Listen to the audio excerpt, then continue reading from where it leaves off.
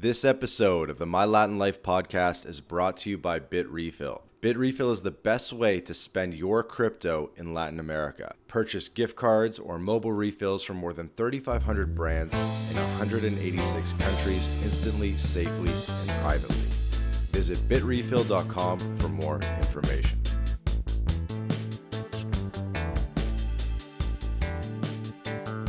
Welcome back to another episode of the My Latin Life podcast. Since 2014, My Latin Life has been your trusted guide to traveling and living in Latin America. My guest today is Adi Kor. His Twitter handle is @famandfire. He also runs travelxgroup.com. And Adi is the head of a family of three traveling the world. Been traveling for 2 years. They've done an insane number of flights with young children in tow. And so in this episode, we'll be talking a lot about what it's like to be nomadic with the family. That's what interests me. You know, I see that in my future. So I'm going to be kind of asking a lot about the mechanics of how that works. But yeah, man, Adi, welcome to the podcast.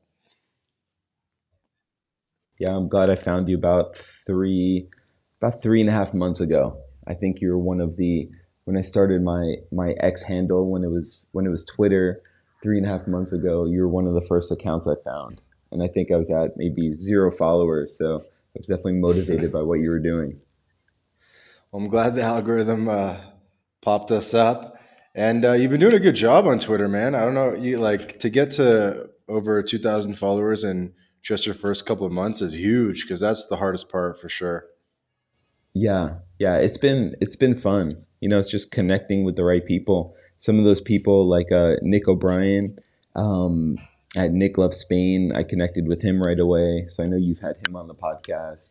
Hmm. Yeah, so just connecting with the right people. I think I jumped up to 500 followers in 2 weeks, and then just been going from there. That's insane. That's crazy. Should be motivation to anyone listening to this that it's not that hard to get started. And once you get started, like you're good. Yeah, just build the momentum. I think the story, which is why I'm on the podcast, why we're chatting. I think the story inspires a lot of people, so I'm Hmm. excited to share it. You know, your approach obviously resonated with people.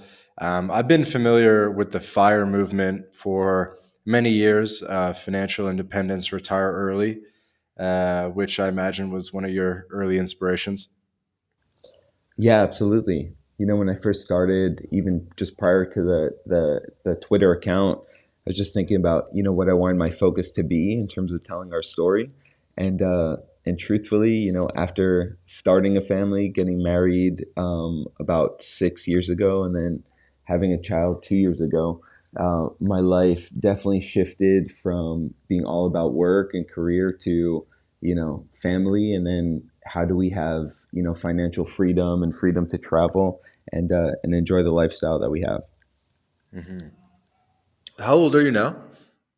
I'm 31. Okay. So you got married at 25 ish, first kid at 29. Exactly. Just trying Yeah. to get the numbers right. Crazy that that's like an early start these days almost. Yeah. Yeah. It was.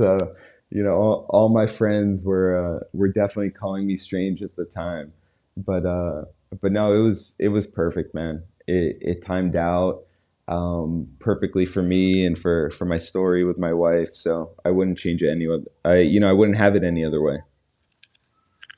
And she is Latina, I believe, if I remember correctly. Absolutely. Yeah. So we both grew up in New York City, but my wife, her background is she's half Dominican. Her mom immigrated to New York City when she was in her 20s. So my wife grew up in a Spanish speaking household in the Bronx, New York. So definitely a lot of Dominicans and Puerto Ricans there. Yeah, so she's Latina and then also half Italian, but she's much more identifies with the Dominican side. Nice. That's a good combo. Yeah, it's a very solid combo. The genetics are strong. So bring me through, I guess, how you got interested in the fire movement or implementing fire techniques to pay off debt, and I guess just your hero's journey story and how you went from career guy to insane travel the world guy. And actually, before we do the hero's journey, tell us, like, just to build your authority a bit, you've done something like 50 plus flights in the past year with a 2 year old kid. Can you just walk me through that? Because it's mind blowing. Yeah, so not quite 50. We'll probably get there before he's maybe 2.5. We've done at this point 32 flights, and he's 2 years and 3 months. So 32 flights. He took his first flight when he was a month old. A couple flights in the a couple No flight. way. Yeah, man. Okay. Sorry to interrupt. That's insane. I love it. I love it, man. Yeah, he took his first major road trip at 3 weeks old. We were living in Scottsdale, Arizona at the time, and yeah, we took a road trip to San Diego and hung out at the beach, on Coronado Island and all of that. That was kind of our vacation spot from Arizona. So he did his first big road trip at 3 weeks, and then after that, we were flying in the States. We hit up Vail and Breckenridge with him at a month, and then we did Washington State and Mount Rainier, and then yeah, once he was 6 months, that's when we really just started like flight after flight. So he was up to 29 flights before 2 years old, Oh and my God. the truth is, I mean, listen, I'll say this. We took full advantage of flying with a baby under two because he was a lap child. So all those flights were free for him, which was huge. And we didn't pay for a single flight. Besides taxes and fees, we credit card hacked our way to 29 free flights as a family. I mean, do you know, is there like a FDA recommendation for how many flights a baby should take? Like, isn't there like a radiation issue or something? All I'll say, when you go through airport security, you don't have to go through, I don't even know what they're called, but one of those, like, Right. Scanner. radiation Yeah. monitors or whatever have you. So, but no, I don't think there are any regulations. And he did it, man. He's stronger and healthier than most kids his age, and I think part of that's from just travel and exposure to good food along the way. He's gonna be like bench pressing at age 8 or something. Yeah, man, why not? He'll be on he'll be on your podcast, before 5. I'm down. I'm down. Hopefully, we can keep it going. And then, no, in all seriousness, though, is the health thing of the flights a concern at all? Like, Not to us. We've never heard anything about it. And like I said, man, he's got no signs of slowing down. Um, and we would, these weren't like, hey, let's take a red eye here and then let's hop on a flight to there. It was more, let's fly somewhere, let's spend 3 weeks to a month, and then hop on another flight. because don't like airline pilots like develop brain cancer or something from just so much time in the air or something? You know what I mean? You're scaring me, man. But Yes. Sorry. I mean, I'm probably doing my Latin life probably shouldn't be discouraging travel, but I mean, I don't know. I'm just wondering. I'm just asking in case there are things that you've learned along the way. no, nothing in particular to that. But yeah, like I Okay. said, man, he's thriving, and he's great. He's changed on planes. So the first probably year or maybe like 10 months, he'd be napping most of the time. Now he's so used to it. He just walks up the aisle, especially when we get first onto the plane, and he's just fist bumping everyone. All the grandmas love him, and he has a good time, and he's excited for every flight. Okay. So impressive. So if anyone's listening to this, obviously not too many families have done this or even thought it was possible to bring a 2 year old baby around the world 30 flights. So I think it's really cool to know it's possible. And we're going to dig more into the details of that. But I guess let's rewind the clock and let's do a little bit of the hero's journey before I just start asking too many questions about how to travel with a baby. But I'd love to hear about the hero's journey because I know you did some cool stuff around, paying off debt and like setting up your life in a particular way to make this lifestyle possible. Yeah, so let's see how far back will I start? I mean, I did a lot of traveling in and through kind of my college days, and I did take a year off after my freshman year and traveled a lot of Europe. And just I think that was the motivation to say, all right, like I want to live abroad. It's just how do I make this sustainable for the long term? And again, this was, let's see, how many years ago would that have been? Maybe 11 years ago. Um, so, following a lot of your advice on X, I just didn't have it in my mind at that point to, just move abroad with a couple grand in my pocket and a laptop. So I don't think it was that popular 11 years ago to kind of make that move. So I was traveling and then thinking, all right, like I want to finish, I want to get my degree, but then how do I make this sustainable long term? And then I started working. I was 22, and I started working in kind of the corporate healthcare world, and I got involved in franchising. And I was doing that, but just kind of grinding away. At that point, I met my wife, and the real hero's journey, especially from like the fire standpoint, is when we met. We were, after finishing school and she finished her master's degree, we were $75,000 in debt. And we were, just getting married. So 25 at the time, 75 grand in debt, living in New York City. And it was unsustainable. It kind of made me panic. I was like, this is going nowhere fast. And I'll never be able to kind of live my dream of moving abroad if this continues. So we packed our bags, moved to Washington State, and we got work out there. And that was a whole nother journey, man. If you've got the time, I'll drop that story. But we lived off of the Sure. coast of Seattle. Do you know where Bainbridge Island is? Are you familiar with that area at all? Not exactly, but I can kind of picture the islands near the border. Yeah, yeah. So beautiful, beautiful place. It's about a ferry ride from Seattle. So we got work. We were living out there, and that's when I really started getting into like financial independence. It was like, all right, I'm 25. I've got 75. We've got 75K worth of debt. How are we going to pay this off ASAP?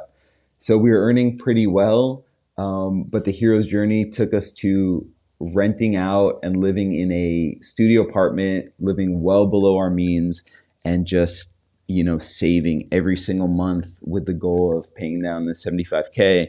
And we ended up doing it. We ended up paying it off in 18 months, which was it was, I wouldn't say it was a struggle, but that was our focus. So we paid that off in 18 months. Still enjoyed. We had a Euro van. We were traveling all around the Pacific Northwest on the weekends. Just no expensive international travel during that time.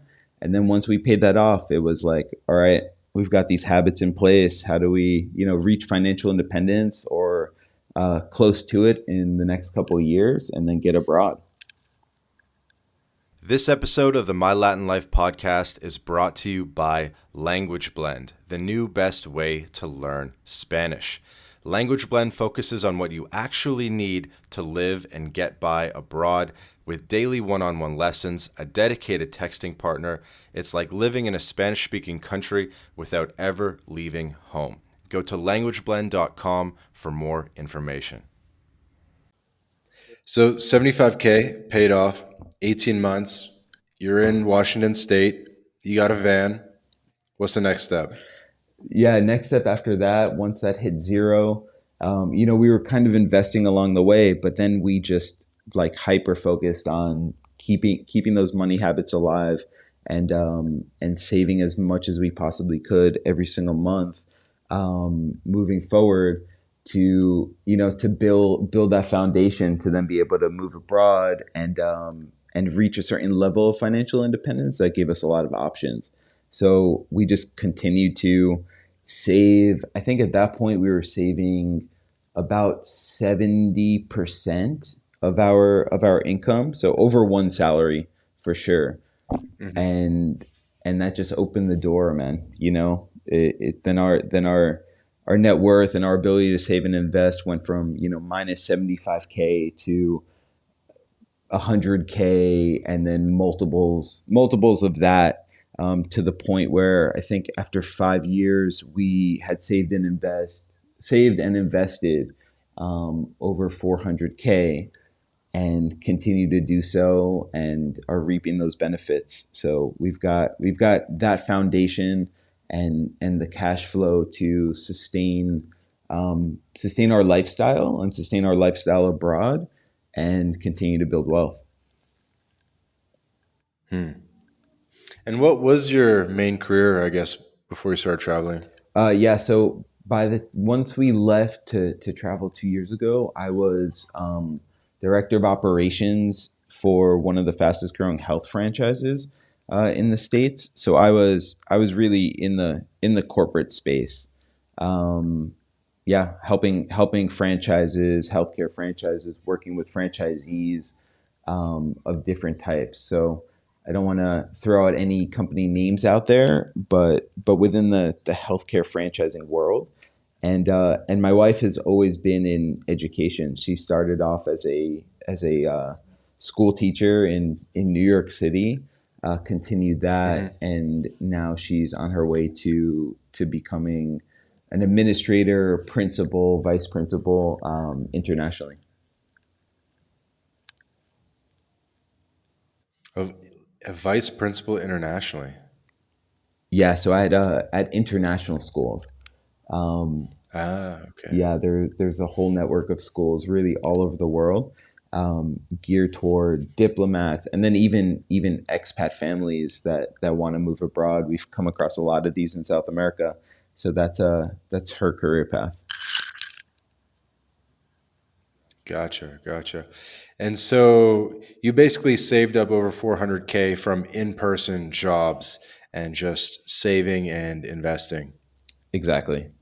Yeah, just working together as a team, with the goal of having that foundation to go abroad. And the future is clearly online and different projects. So definitely hope to leverage the online world for future income. That's awesome. I mean, so I guess the point was you wanted to get your income to a point where you could live off the dividends, the 4% rule, the 5% rule that FIRE espouses. In a way, so I would say, and then the backstory to going abroad is we always wanted to go abroad. And then this was, then COVID hit, and my son was born in 2021 in Arizona. So this was kind of that gap in time. So we yeah, at that point, this was when kind of inflation really started to grow and affect people's lives. And I made a post about this, but our rent in Arizona was nearly going to double at the time. So that was just motivation to, hey, we built this foundation.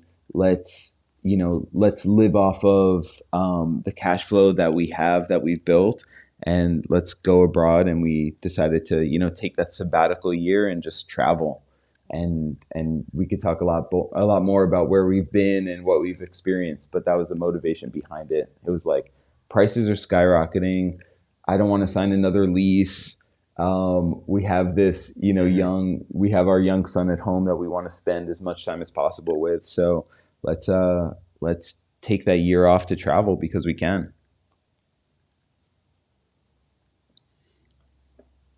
Makes sense.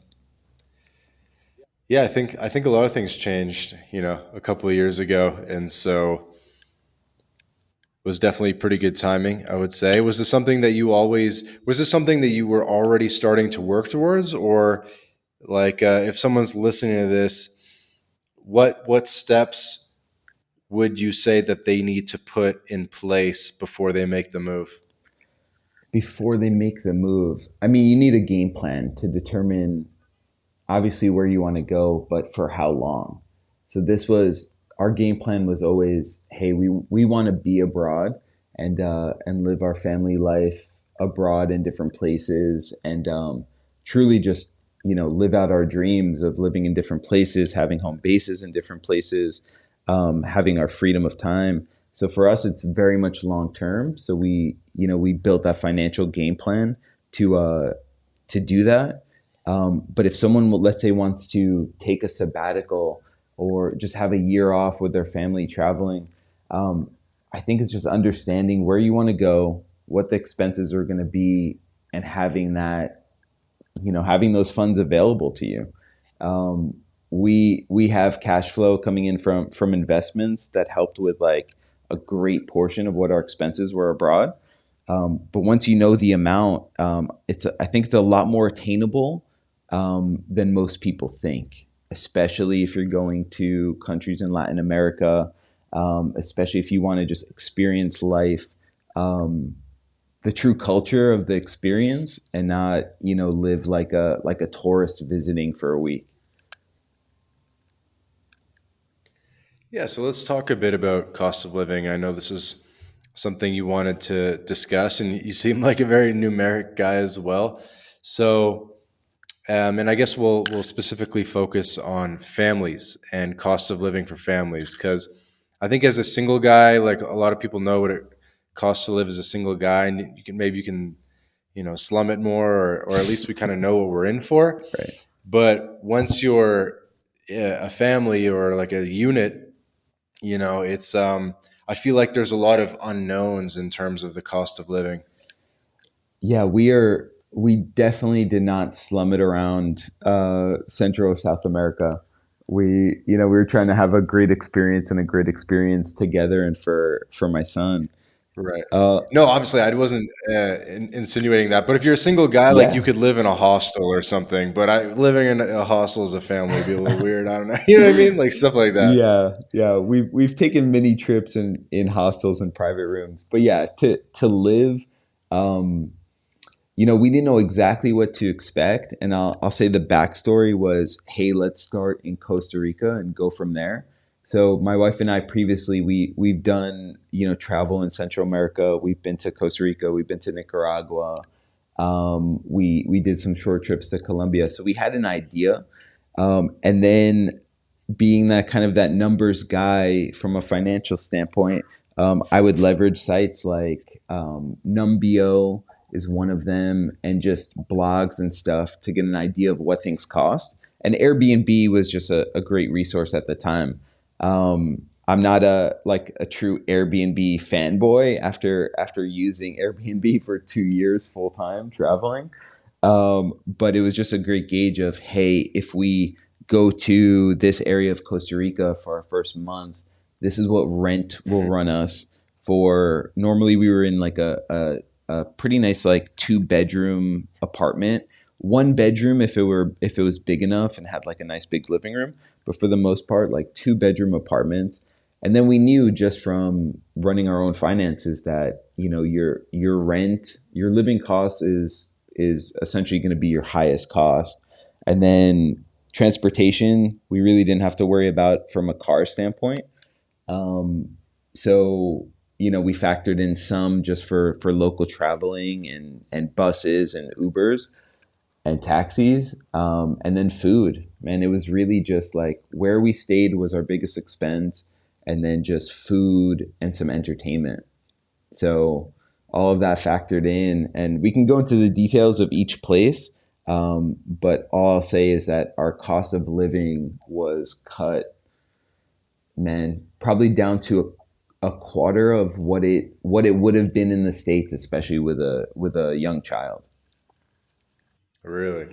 What do you think it would have been in the States with a young child? Oh man, I think it totally depends, but one of our motivations for moving was just that hike in prices, inflation, and rent. So with the rent hike in Scottsdale, and Scottsdale was just booming at the time, everyone wanted to move down there. I think our total expenses to live pretty comfortably with daycare, especially if he was going to daycare and we were working, would be easily $6,000 a month. And most people will tell me that's low. Like, people I was working with and friends, they're clearing like 10K a month, without even, just like it's just normal for them to spend 10K a month. Yeah, that's a lot. Yeah, daycare is expensive, man. I think I just saw the national average was about 1350 a month for one child to go to daycare. So, when you factor all that in, we just wanted to be with our son and give him a different experience. Plus, learn a new language. Just, I mean, I can go on and on, but I'll let you guide the conversation. No, keep going, man. I'll I'll just continue riffing on a topic that very few people know about, or think about. So yeah, so cost of living, just always wanting to reach financial independence and have that time freedom, I think was motivation for us to look for something different and kind of just jump into the unknown of going abroad. So yeah, all of that factored in. And then I think for us, just once you have a child, if we're just thinking about his health, his experience, the type of food he'd be exposed to, my wife being from a Dominican background, we wanted to make sure that we kept that alive so that he would be fluent in Spanish and speaking Spanish on a regular basis. um, so all of those things factored into just going abroad. And now, he's 2 years and 3 months, and he's clearly a Spanish speaker. He understands everything I say in English. We do one language, one parent. So my wife only speaks to him in Spanish. I only speak to him in English. But he's clearly a fluent Spanish speaker. That's awesome. I heard that that's the right approach, the one language per parent thing. Yeah, yeah. In all my research, that seems to be like the most sensible approach to making it happen and to just be consistent. So yeah, he's done that throughout our travels. He also had the help of his abuela, speaks to him in Spanish, so that all helps. And now and then for everyone listening, I mean, right now we're in Asia, we're in Hong Kong, so he's learning his third language, and it's pretty interesting to observe. Yeah, we'll have to get to talking about Hong Kong and Asia at some point, but I guess we'll keep going a bit more linearly. Um, so, cost of living. So, it would have been over 6K in the US. And what do you think you got it down to? Oh yeah, easily over 6K, and that's with we had one car, but if you factor in like rent, eating good, healthy, quality, organic or as close to organic as possible, which was important to us, and your living expense, and then we just like to take mini trips and do some traveling. 6K is I think close to that kind of minimum amount. Oh man, when we were traveling, especially without a car and insurance and all those payments, we were, depending where we were at, 1,500, I would say, would be the average. Maybe about like 2,000 would truly be the average if you factored in everywhere we've been. Hmm. Some places more expensive, like Costa Rica, and we were talking about this a little bit on X. But everyone knows Costa Rica is more expensive than Colombia, and you know, everywhere is more expensive than Argentina. So if you factor in everywhere we've been, it's I'd say 1,500 to 2,000, and for a really nice quality of life. Some people might find that low or crazy. They might just be like, what? Like traveling as a family all over the world, less than $2,000 a month? Yeah, man, I can show you I can show you all the statements. Um, You'd have to be very good at getting a good deal on Airbnb or your rent then? Because that's the biggest factor. Because food, like food, one person versus three people, it's not going to be like a huge jump. You know what I Right. mean? Like, um, so it's really, I guess, the airfare, which you said is mostly covered with points. And then, so to me, it seems like rent, and especially like I said, you kind of have to stay somewhere reasonably nice with like maybe more than Yeah, one and we bedroom. were in Maybe, I great mean, I guess not neighborhoods necessarily, overall. You know, but it's like, yeah, what do you we do? Do you weren't have any choosing good the hacks first. for You know, you kind of have to getting a master, good deal on especially if you're rent? going Because with I guess Airbnbs, on a budget of two the thousand dollars a filters. You month know, it wasn't or like, all right, $1,500 a month, you know, these are you our got to be only spending options, and let's like choose the one that 1,200 costs, you max on know, rent. 3 or 4 grand a month. So we were definitely filtering through Airbnbs. I've got kind of my methodology for doing that effectively. And I would say our rent Lose you again? abroad would range from, again, totally Goddamn. dependent where, but there were some places where we rented for 700 total costs on Airbnb, and some places where it was, you know, 13, 1400, but always in the best neighborhoods in town, places where we felt really, really, you know, safe overall, but not just safe, it was just a great quality of life. Hey guys, quick interruption to tell you about Bitrefill. Bitrefill is the best way to convert your crypto into gift card balances. These are gift cards that you can spend at hotels.com, Airbnb, Nike, and many more. You may remember Joel Valenzuela, previous podcast guest. He's been living on crypto exclusively since 2015, and he's a big consumer of Bitrefill. And so I asked Joel, I said, what do you like most about Bitrefill? He said that he likes the instant delivery, the precise amounts so that you don't have to juggle a lot of gift cards, and he loves the global selection. Nobody else has this much selection of gift cards, over 10,000 gift card options across hundreds of countries. Go to bitrefill.com to sign up, and you can also use the code MyLatinLife for 10% back off your first purchase. Go to bitrefill.com for more information. Totally depends on the market and the time you're visiting a specific area. But hacks overall, um, normally I'm on Airbnb, so probably a month to 2 months before we know where we're gonna go. And again, I'll just say Mm. the background. Like, you don't have to have this master plan of, hey, I'm gonna spend, you know, X amount of days or X amount of months here and then go somewhere else.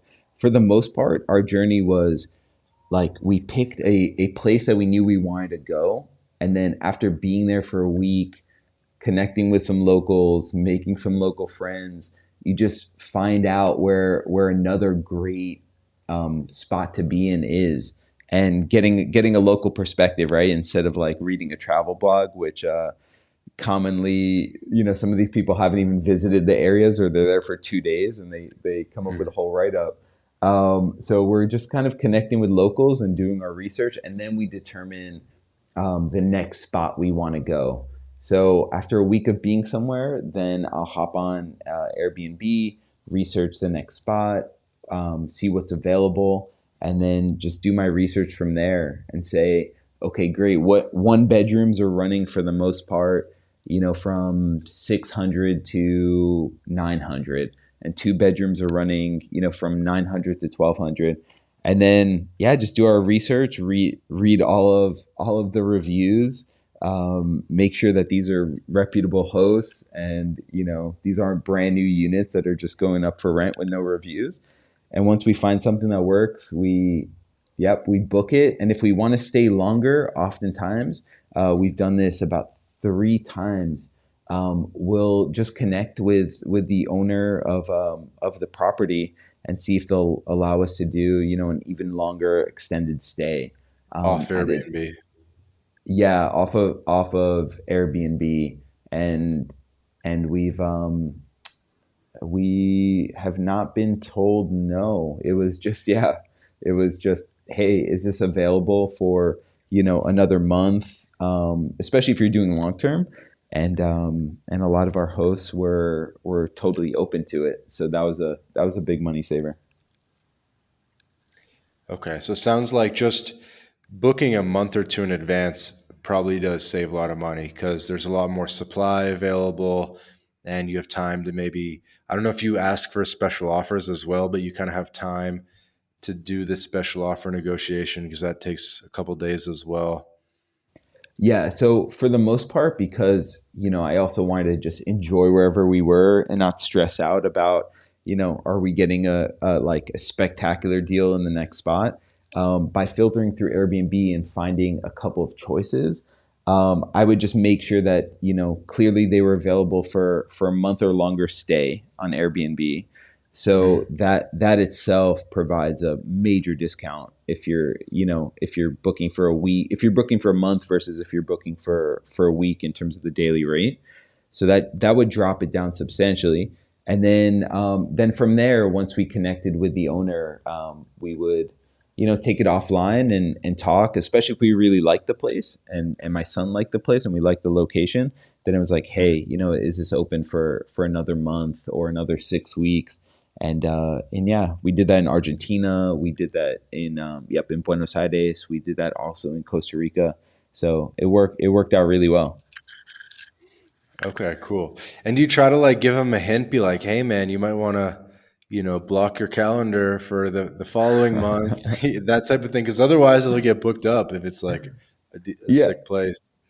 yeah. Especially if we connect and especially if we get the vibe. We don't, part of it is wanting to like know the area and the neighborhood and not be like locked in for 3 months or 2.5 months in a place where I'm like, man, Right. I really wish we were, a block closer to the beach or right on the water over like, having to walk a quarter mile to the beach.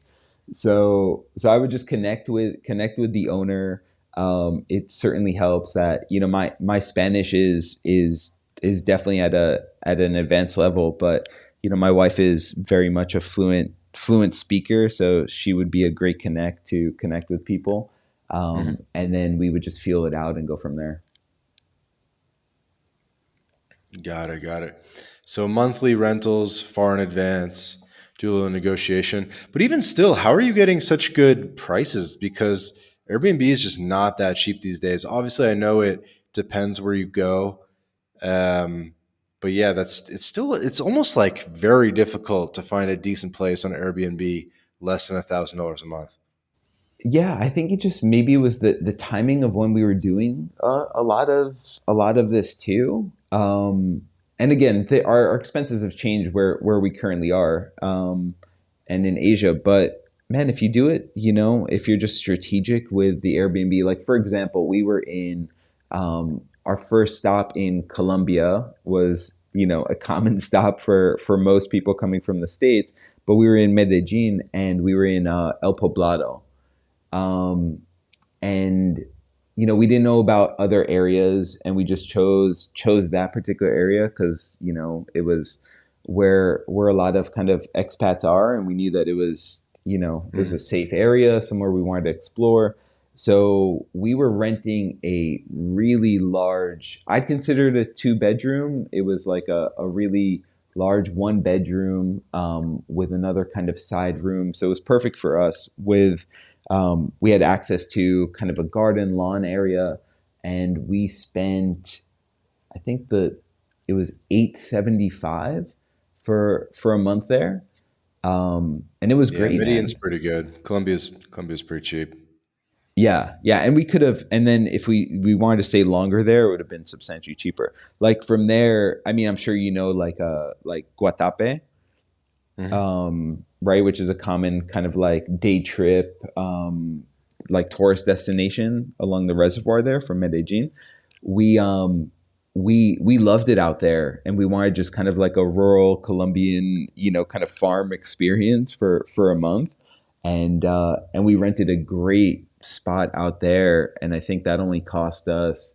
It was definitely sub 700, probably 650 all in Airbnb costs. So, it's just you go somewhere and then you adjust, and every market's a little bit different. Awesome. Awesome. Any other thoughts on cost of living? And I could almost be a whole topic in and of itself, but like, what are some of the other things where you save big living abroad versus in the US? So, daycare is probably substantially cheaper. Obviously, rent is Totally. substantially cheaper. What else? Like, what do people maybe not realize makes life so much cheaper? Yeah, I think we have a unique perspective because we were focused on personal finance and financial independence in the States too. So I would gauge, and then this is something that I'm currently helping families with as well, just kind of build that financial foundation and financial future. Um, but what it really comes down to your living expenses, which would be rent or what you're paying for your mortgage, your transportation, which is huge. So I'll go into that, and then food costs, and then clearly when you have a child, daycare, because daycare is super expensive in the U.S. But transportation wise, like we had a Jeep. We loved kind of off roading and camping. We had a Jeep. We had insurance. Once we sold our car, I mean, there's easily let's see, what would that expense be? I mean, that's easily $600 a month when you factor in all the costs. That's gone. Then when you have food as well, man, we were let's say in Costa Rica, walking to the market, buying all fresh grown organic food. If we were in Argentina, we were eating steaks 3 times a week, 4 times a week, or going out to eat. And I would say our food bill was easily cut in half across the board. And we don't that's something we won't I don't want to say we don't have a budget for, but man, food is everything to our family, especially really super healthy, high quality food for my son and for us. So, but food costs easily were cut in half, and if you factor in daycare, I mean, we saved $1,500 a month. I think daycare would have cost $1,500 a month to drop my son off and be in daycare all day. So that was a major expense we didn't have, even though we did put him in guarderia for when we were in Costa Rica and different places for a couple hours a day.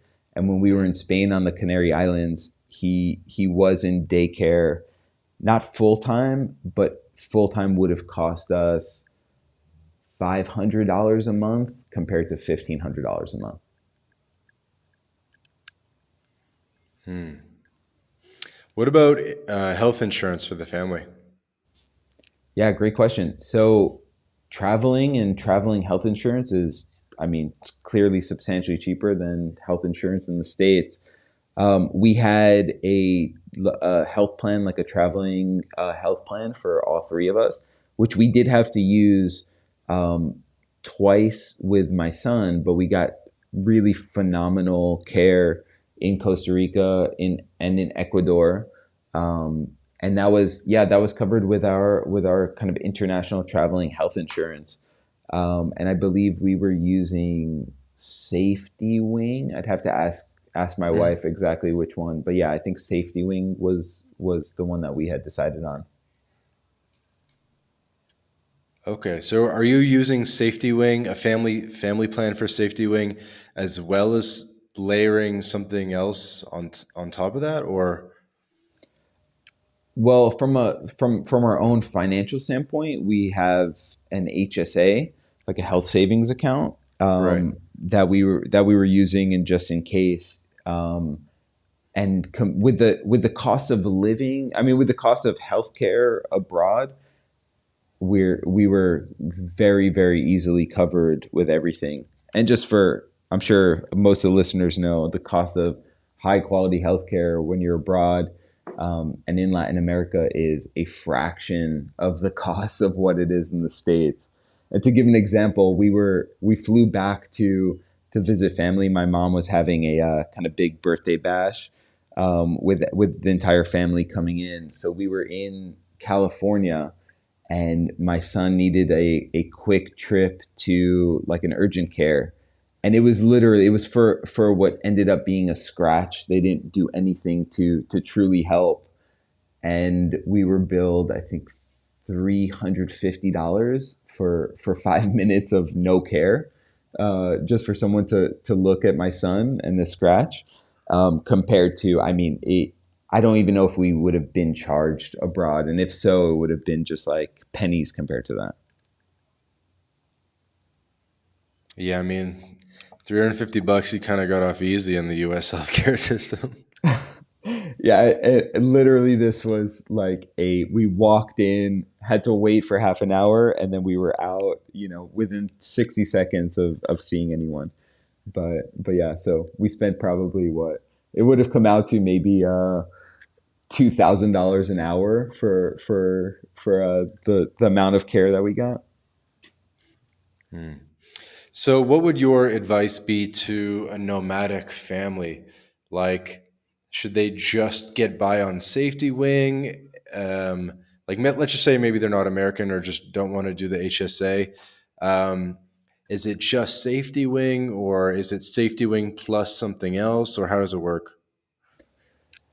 So because we had the HSA, I didn't like go into a ton of depth. I knew we were good in terms of especially where we would be in the cost of healthcare. But I would say safety wing, or there's some other options out there for traveling and kind of nomad insurance, and just make sure to do your research. And if there are any kind of fears for healthcare, and getting coverage, just do your research and get the most thorough plan that's out there. And even the most thorough plans are a fraction of what healthcare costs if you were to pay out of pocket in the States. I'm not sure what it is in Canada, or even if you do pay for private health insurance, but the costs aren't substantial, that's for sure. But so when you say HSA, it's basically like a tax-free savings to pay out of pocket. Like you're basically saying that healthcare is so cheap internationally, might as well just pay out of pocket. Yeah, depending where you are. I mean, that was our case. We knew that we had tens of thousands of dollars, for care if needed, and just based on our experience, and then also, like I said, looking at the numbers, of what healthcare costs abroad, especially where we would be, we knew it was going to be really, really affordable. So thankfully, no major health scares. Like I said, my son is super healthy. That's probably, the result of really great food. We could talk about breastfeeding as well, which I think culturally is very different abroad and in Latin America compared to being in the States or in Canada. So he's been healthy, and knock on wood, that continues. And I think a lot of it's factored in because of our lifestyle. Hmm. And did you really like take a look at it, or you just kind of been like kind of procrastinating? You know what I mean? Like, do you feel like in the future you would get a more comprehensive healthcare plan of some kind? Or because I've looked at it and it's not that expensive for families, like maybe $100 a month, maybe a bit more, but the deductible's kind of high. It almost seems like it doesn't do anything. I mean, it protects your downside for like really big things, I guess. Um, Yeah, it was the protection side of it that was most important to us, and just knowing if something large or catastrophic happened, there was coverage there. So I don't remember off the top of my head exactly what we paid, but I think per person it might have been $79 a month. Close to that range. So again, to protect the downside, that was valuable for us. And then in the future, if needed, our situation's a little bit different now, and now we're in Asia.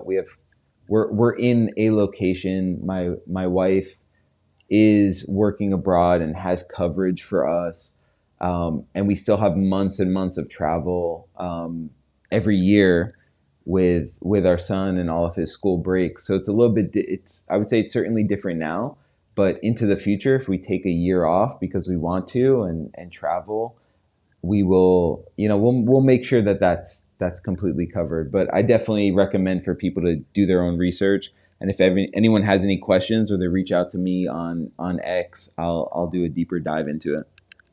hmm. Okay. Safety wing. Safety wing could be cool as a family. I didn't even because I always considered it like a for individuals. I didn't even think of safety wing as a family thing, but I guess they probably do it, right? Yeah, they do, and we just had coverage for all three of us. I don't remember if it was like a family plan. I don't think it was, but it was Just cover. everyone individually. Yeah, it was Okay. just coverage for us individually. And man, when it's so, I would say, inexpensive, it wasn't even kind of a factor. It was like, okay, yeah, we just pay for safety wing on a monthly basis, and it's there for us if we need it. Okay, cool. Cool. So that kind of brings us to, I guess that kind of wraps up maybe like a cost of living discussion. Maybe we can get into just some logistics of traveling as a family. I did have a couple questions. This is a bit in the weeds, but it's got to be asked because, but like, what do you do about breastfeeding and stuff like that when you're traveling? Because I imagine you're not storing the baby bottles or whatever. So it's like I don't even know. I don't even know. Like, I, I do nothing in terms of breastfeeding. um, I mean, was that ever like a family concern though, or we're if you can take one thing from this conversation, we're practical and clearly, like, like you said, just like number minded and financially minded, but we're also very go with the flow. So we're not planning, a year in advance or breastfeeding a year from now. We got down to Latin America, and my wife. It's just culturally, like, it's much more kind of appreciated and normal in Latin families, and down in South America, breastfeeding is just kind of a normal process of raising a young child. So my wife continued that tradition, if you will, and continues it to this day. Um, and we just, we factor it in. So it was just very normal. My like son. some families are so intense about it. Like you gotta buy the rig with like the extractors. I forget what it's called. You got to get all this fancy stuff. Oh, no fancy stuff here. All I'll say is we rely on nature, and it's worked in our favor. We're not traveling around with rigs or pumps or anything. What about like diapers and traveling? And I guess every time you get off a plane, like diapers are big. Like you can't really travel with too much of that, right?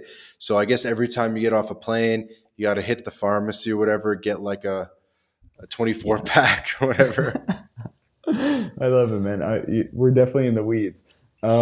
We I mean, in South America, really anywhere, it's just, you hop into your local supermarket or the farmacia, and you pick up, we would just pick up diapers where and when we needed them.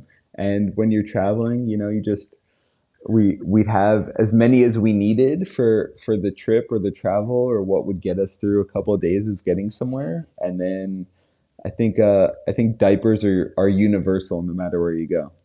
Yeah, I suppose. That's I not true, suppose. but they're universally found in wherever we were. I'm sure in other countries it's not can't just hop into the pharmacy, but it was super easy, man. Hey, everybody. Hey, everybody. Quick break from the podcast to tell you about Language Blend, the best new way to learn Spanish. Language Blend was co founded by Jake Nomada, friend of the podcast, decade of experience in Latin America. And Jake and his team, they put everything into this program that they wish they had in terms of how to level up quickly with your Spanish language skills. Because the faster that you can get conversationally fluent in Spanish, the better the experience that you're going to have in Latin America. So go to languageblend.com for more information. Anywhere we went, we would find them. Any must have baby gear that you travel with that you were like, wow, this was actually like a good purchase or like something you can't live without? Oh, for me as the dad, a just a great baby pack slash hiking pack. So I'm one of those dads. My son grew up. Some of our photos on X too, you'll see it. We had two packs. One was when he was small enough. It was like a I've got to find the link on Amazon, but it was like a dad pack where it looked like I was wearing an army vest, like where I can kind of pack guns on the side of it. Um, but it was a baby pack meant for dads, and it was super rugged and outdoors oriented. So that was awesome. And then as he's gotten older, I have a great Osprey backpack that I can throw him in, and we can go outside, go for hikes and things like that. And Mm. you need a good foldable. We call it a coche in our house, but a stroller of some kind for Mm. longer excursions. So you And for travel with the stroller. Yeah, it folds up really efficiently. They let you So, bring that on the plane? oh yeah, and it's free. It's free to bring on the plane, so no That's problems cool. there. That's And sick. yeah, one of the perks of traveling with a baby, no matter what airline is, and no matter what our seats were, we board early. So Hmm. I'll say that was a major perk. Okay, gotcha. Yeah, dude, send me a link to these backpack things. Like, I want to see what it looks like. So you have like when the baby's younger, you have a front pack thing, and Hmm. then when it gets a bit older, or I guess just for a different use case of traveling, you have like a backpack thing to do hikes. Yeah, exactly. The front pack, I would say, by the time he got to maybe a year, just over a year, it was just he was getting a little too heavy for it. And then now we've got the Osprey backpack, which I've been using for well over a year, and that's just, hey, let's go outside. I'll throw him in. And now my son's a bit older, man. This kid, he's riding a scooter around, and he's quite a bit independent. And I'll just say, things changed. We were in a part of traveling, and hopefully for you, if you want to, be a dad in the future, anyone that's listening, you kind of never, especially if you're around, if you're not at work, missing all the moments, if you're around for the moments, they're unforgettable. So, watching my son crawl for the first time in Costa Rica, like on the beach, never forget it. Watching him he was walking at 9.5 months, which is quite early. He started walking in Medellin, like I remember the exact location, like in El Poblado, where he took his first steps. So you just you don't forget where you are. I kind of have the dual memories of where we were and where we were traveling to, and all the things that he's done along the way. That is kind of crazy. Like, be like, I wonder if this is the country where he starts walking. Yeah, dude, absolutely, man. I was like in Costa Rica in our third month there, and this was the third place we stayed there. I was like, he's gonna start walking in a couple of days, and he was holding on to things. And then our first stop in Colombia was Medellin, and yeah, I can show up. If there's a really kind of large centro, like a mall, centro comercial in El Mhm. Poblado, and they had a huge open space for kids, and that's where it all started, man. First steps. Mm. Yeah, the Colombian malls always have like a little McDonald's play place type thing. Dude, little this mall, I'm forgetting the exact name of the mall. um it was We walked in there, and again, we were coming from Costa Rica, and Costa Rica is amazing for a certain experience. I'm definitely into nature, definitely being into the outdoors, and but depending where you are in Costa Rica, it could be quite adventurous from a nature standpoint.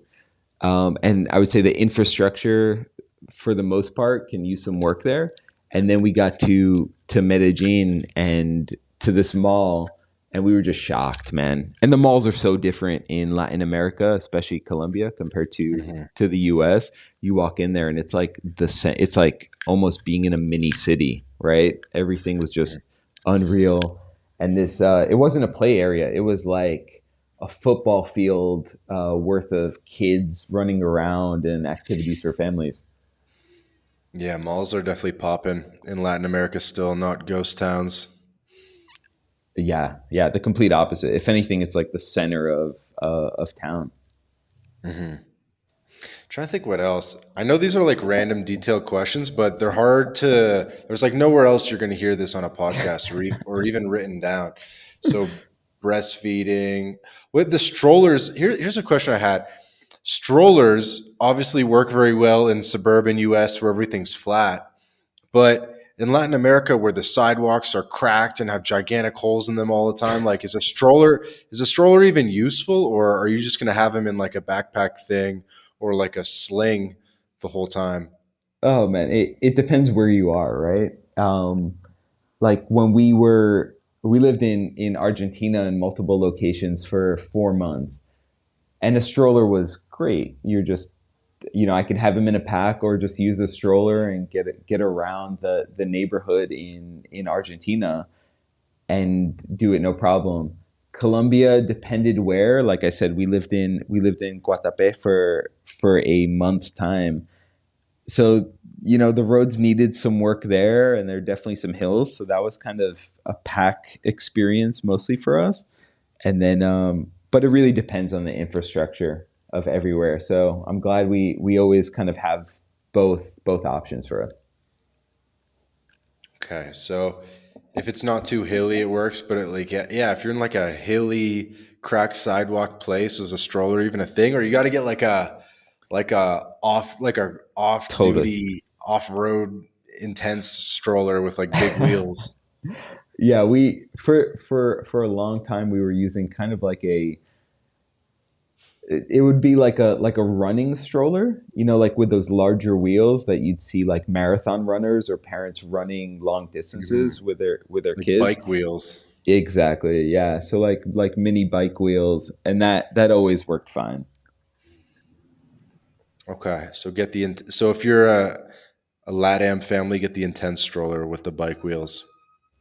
Yeah, that can fold up. Make sure it can fold up, because if you need it and you need to take an Uber somewhere, which we've done countless times, probably 1,000 Mm, times, it's got to fold up to throw in the back of whoever comes to pick you up.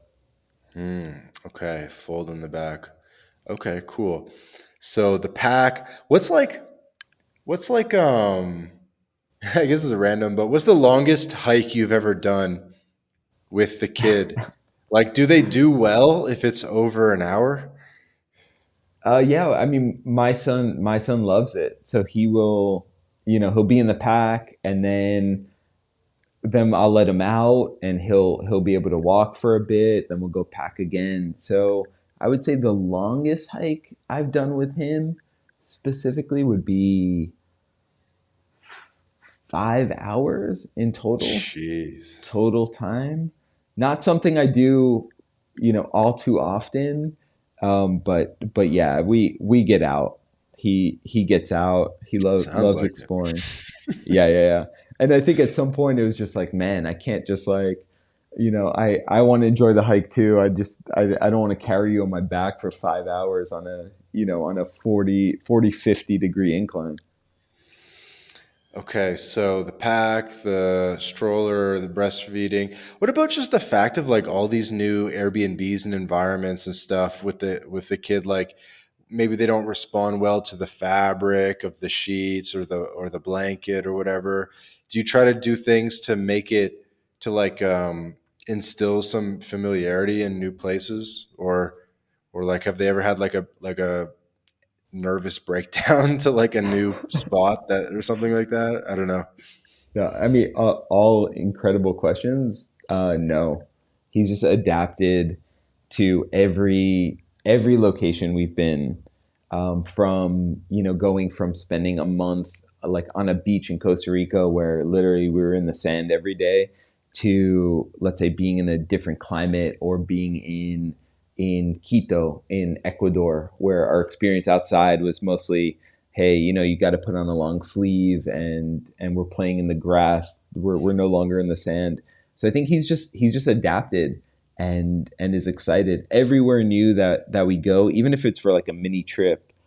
We stayed over in, it wasn't an Airbnb, but it was in a hotel just this past weekend when we were exploring an island beach out here.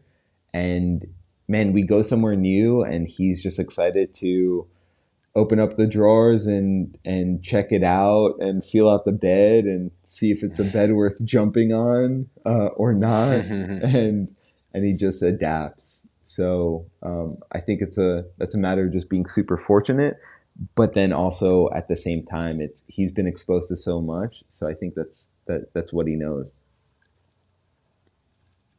Very cool. Any questions I'm not asking about the kids thing? Because I just don't know what to ask as much because I'm not in that situation yet. But it's like it's happening. It's gonna happen soon. You know what I mean? So I'm trying to prepare myself as well. About What the tips would kid, you have? Sorry, go ahead.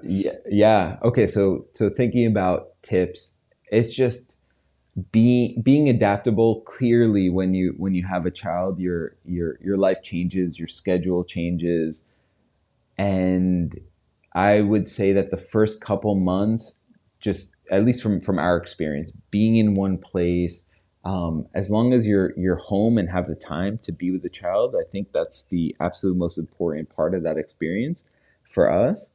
And then once he's a little bit older, and especially once we got used to his patterns, um, and sleep schedule and things, then it was a lot easier to make moves and to go different places.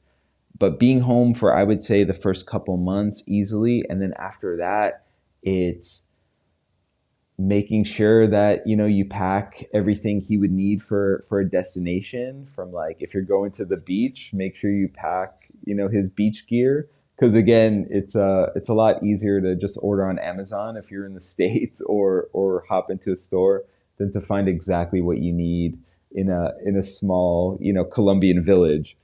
So making sure you have everything that you need, and things just in case.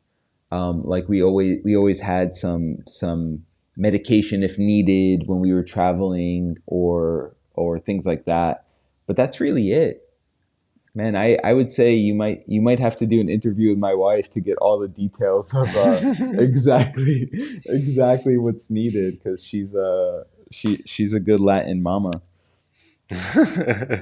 Yeah, should be like Eddie has no idea what's going on. Here's the real deal. Like, no, I'm sure it's fine. I think the big takeaway I'm getting from this discussion is that it's not a big of a deal as it seems, and just be adaptable and go with the flow. Yeah, yeah. I think there are limitations that a lot of people and society just kind of put on raising a family, and we're clearly doing something unique. So no one really, I didn't have a podcast to listen to on someone that was really doing this. So hopefully this helps anyone and motivates you and other people to just kind of get it done and go with the flow, and realize that it's clearly possible. So yeah, you just have to do it. And once you do the research of, all right, this is what it's going to cost, and this is the area that we want to be in this particular city, then I think a lot of it just kind of takes care of itself. Definitely makes sense. Have you had any scares or like any aha moments that we haven't? I guess scares and aha moments are different, but have you had any aha moments that we haven't mentioned yet? I just want to make sure we kind of covered everything because this is huge, man. This is like a whole new generation of something. Like, I feel like the first generation of nomads was more single guys or girls finding themselves, or also retirees as well. But people always said like, "Oh, I gotta wait till the kids are empty nest type of thing," or Right. we gotta slow down when we have the kids. Um, a lot of nomads just like base up somewhere, buy a car, and that's the end of it. Um, so it's like this is like a whole new thing, and I think we're going to see more of it. And you're one of the first people I've seen like really doing this. I know there's like a couple guys on Instagram. Um, you probably know them or have like seen, but there's really not too many of this like nomad family genre uh, yet. And so so I'm just super impressed by what you're doing. Yeah, thanks, man. I appreciate it. It's I would say that there are families that I've seen that, they do more of like a van life type of experience, or but they're still mostly in a country, or they're in the US. Mhm. Whereas, being abroad and country hopping, um, like you said, they're like, and I've spoken to multiple people, because people are reaching out to me on a regular basis. It's like, yeah, I've been a nomad for 5 years. I'm expecting my first child. We're looking for that one home base, and that's their experience. But I think what's different about us is now, we have a home base, but we'll live in dozens of countries in the next couple of years. And even every winter break or summer break with my son, we plan on traveling to many countries for months at a time. So yeah, if I can inspire the next generation of families to do something different, that's a major win. That's awesome. That's awesome. Yeah, I noticed your Twitter, like you're promoting Travel X Group, which I guess is a group for other content creators, travel content creators. So it's almost like you're kind of hitting two different angles where you're building a community maybe for content creators, but then also I feel like the real main thing is the community for international families, traveling families. And I feel like not everyone's going to be as aggressively nomadic as you and I are, but families in general are just by definition going to be much more international than they have been in the past, where, you know, um, the two parents might be from different countries or different backgrounds, and there's just more of like a more international flair than back in the day, you know. Totally agree. Yeah, and I'll say we're recording this interview kind of in a unique time in my ex journey, if you will. But like I said, I really only started telling the story about three and a half months ago. So I've connected with some great people. Nick O'Brien, who you've had on the podcast, great buddy, and we've created a community really just for travel creators on X to help them grow and just expose different people. So that's still on my bio, but individually, and like I told you before we started our recording, I'm going to release my first newsletter this coming week, and I'm really geared toward helping families really build a financial game plan, because I think that was absolutely huge for us. We wouldn't have been able to pull off what we're pulling off if we were still in 75K worth of student debt, or had $25,000 in bad credit card debt or anything like that. So the financial side is huge, and then also building that community of parents that want to be abroad and raise their family in a unique way. So you caught me in kind of a transitioning period, but Travel X is great for creators. It's a fun project that I have going on with Nick, and but soon the my personal focus is going to be on the international living side of it, and helping families out. Oh, cool! I didn't know Nick was working with you on that one. Yeah, yeah, it's a blast, and hopefully people tune into to Nick's recording of your podcast, because that was a great one. Indeed.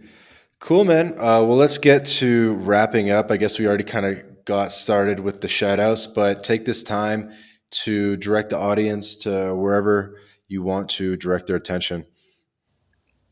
Yeah, so first I'll say, man, you just really have to go for it.